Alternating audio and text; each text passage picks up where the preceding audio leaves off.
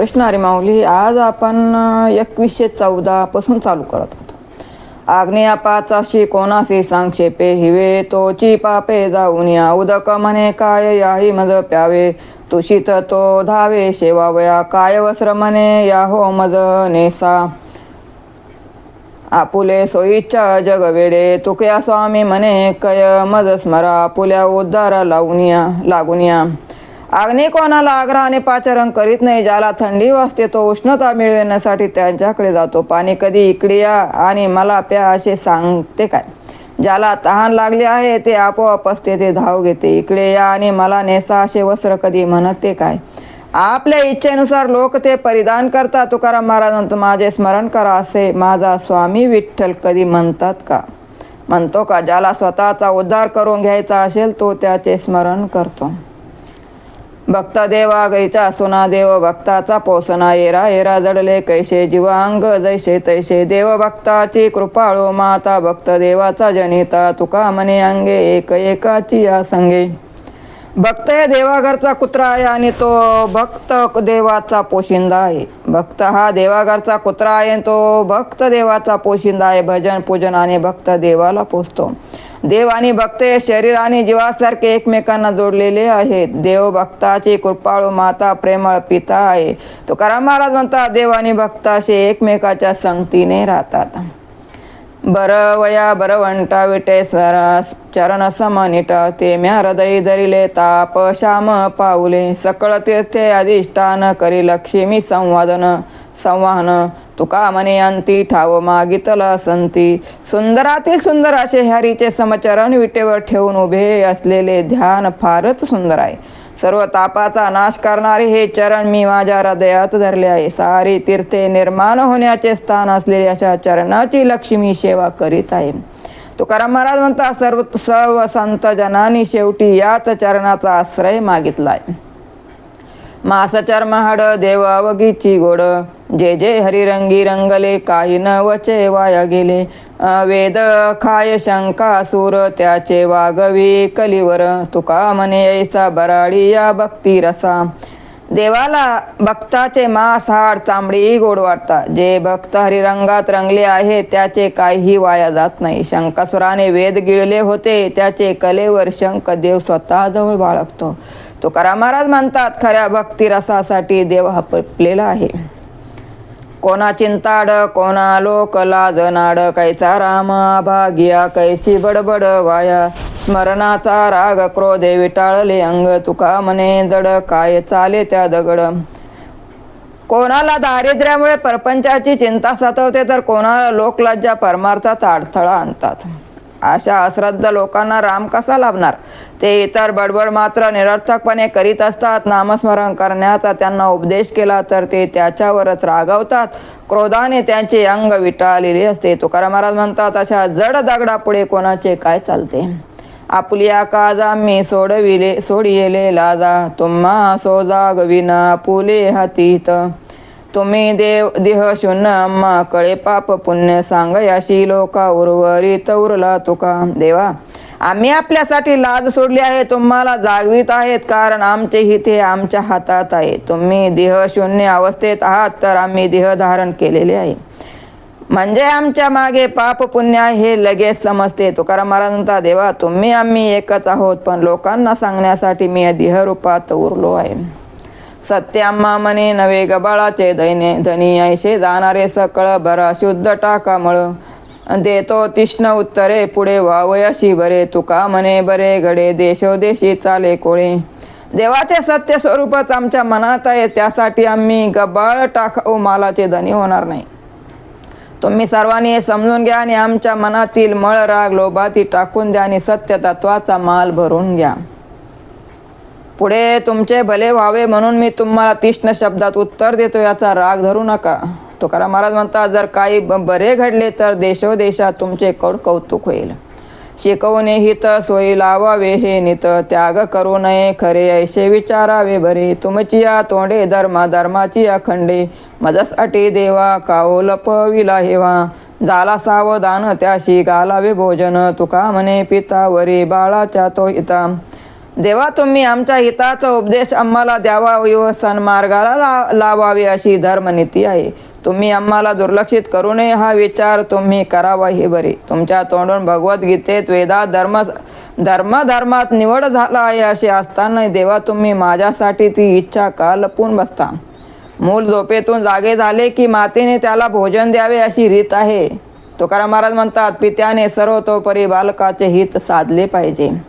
सुख सुखा भेटे मग तोडिल्या न तुटे. रवी लक्ष्मी कळा न हे घाली तापै डोळा. दुरी ते जवळी स्नेह आकाश कवळी. तुका म्हणे चित्त माझे पाया खंडित.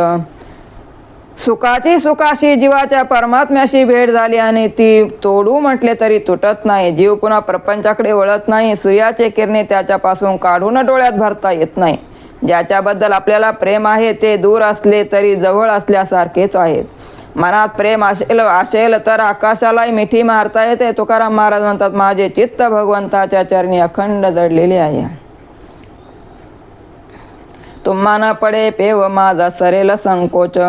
तुम्हा न पडे वेच माझा सरेल संकोच. फुकासाठी जोडे यश येते का करा आळस. कृपेचे भुकेले होय जीवदान केले. तुका म्हणे शिकविले माझे ऐकावे विठ्ठले.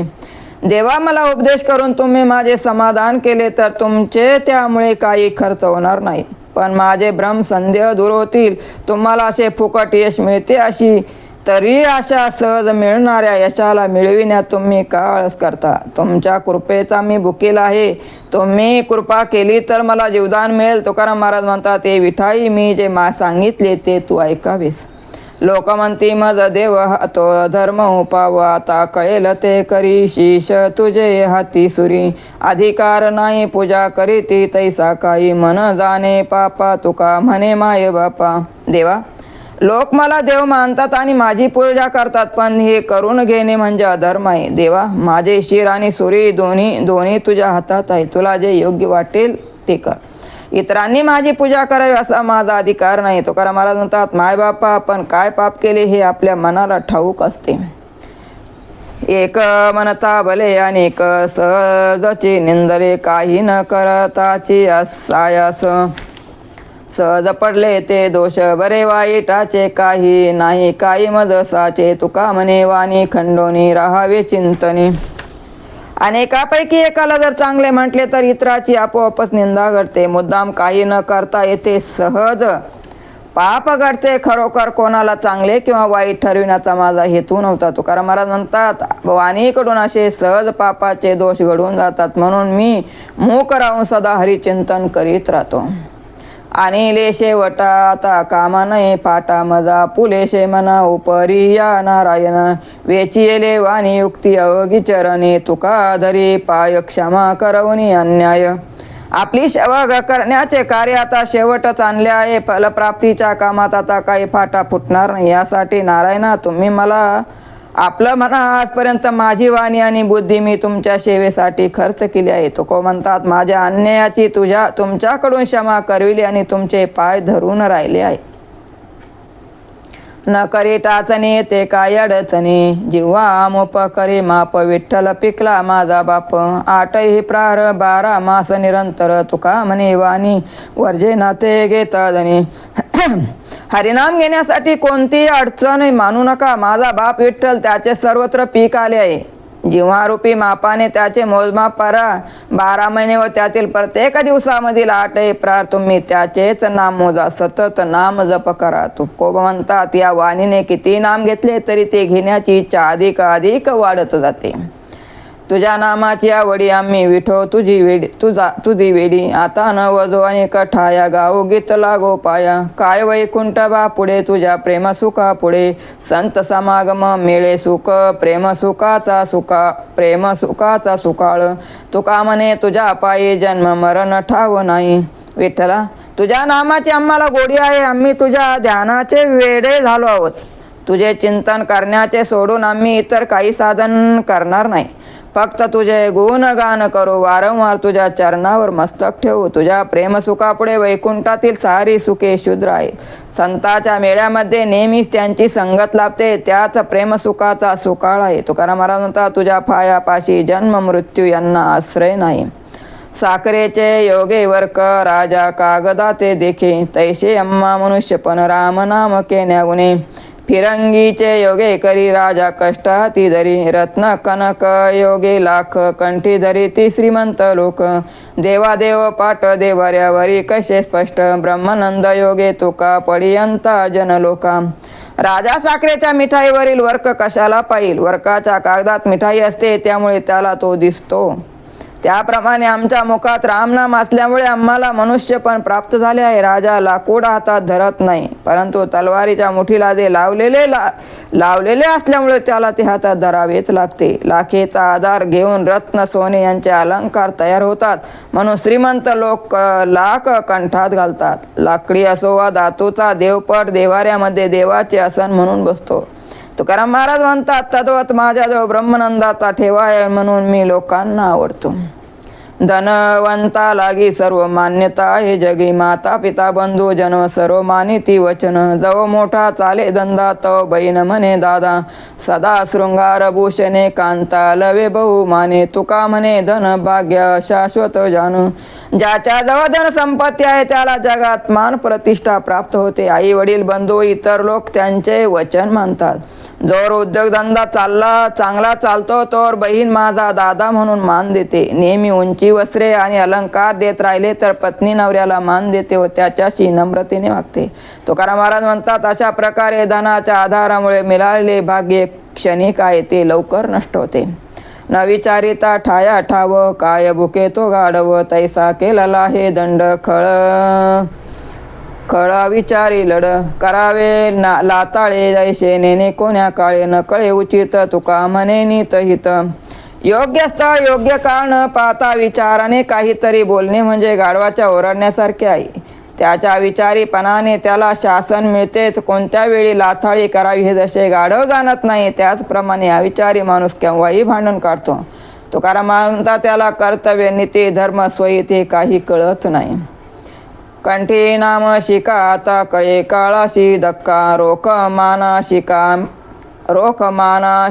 माना रोख शिका तत समाना रोखान मना शिकान मना जतन करा नाक काना शिकान मानी रावण त्याचे केले निसंतान शिका मानी हळहळ झाले सर्वांग शीतळ तुका म्हणे नाम शिका पटी बैसविलो निज सुका माझ्या कंठात हरिनामाचा शिक्का आहे म्हणून कळी काळालाही धक्का देण्याचे सामर्थ्य माझ्यात आहे रोख आणि शिंका यांना मान आहे ज्यावर शिक्का असतो त्यानुसार त्याचे मोल ठरते तुम्ही रोखा किंवा शिका म्हणजे वेद आणि नाम मनात नसाल तर आपले नाक कान सांभाळा हरिनामाचा शिक्का रावणाने मानला नाही आणि तो निसंतान झाला भगवान शंकराने तो शिक्का मानला म्हणून विषप्राशन करूनही त्यांचे सर्वांग शीतल झाले तुकाराम महाराज म्हणतात नाम शिक्का धारण केल्यामुळे देवाने मला पूर्वी सुखाच्या राजपटावर बसविले आहे भूतिदेव म्हणून भेटतो या जना नाही हे भावना नर नारी जाणे भाव पांडुरंग अंतरीचा न लगे द्यावात साचा परिहार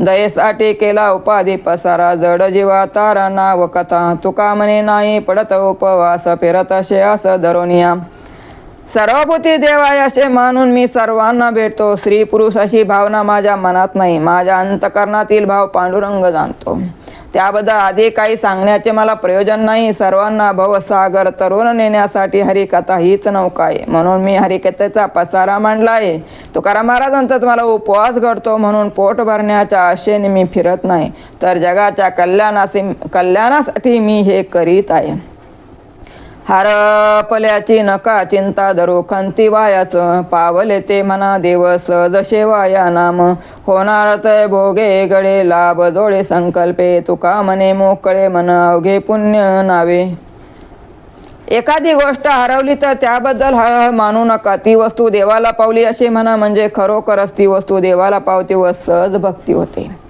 दैवयोगाने ज्या गोष्टी घडणार असतात त्या अटळ असतात देवाकडे त्याचा संकल्प केला की सहज पुण्य प्राप्ती होते तुकाराम महाराज म्हणतात आपले मन राग द्वेष अशा विकल्पापासून मुक्त ठेवले की सर्व पुण्यच आहे नेसने आले होते गळ्या लोक रळ्या करीती आपण या सावरिले जग भले आपण संबंध तो तुटला येणे जागेपणे चेष्टाच्या बलती सवा होती अंगे बासर वेगे पडिले सावरिले नीट ओझा दुष्ट लाजा पुढीलाच्या वरे उघडिले डोळे हळहळे पासुनी तुका म्हणे विटंबना नारायण चुकली.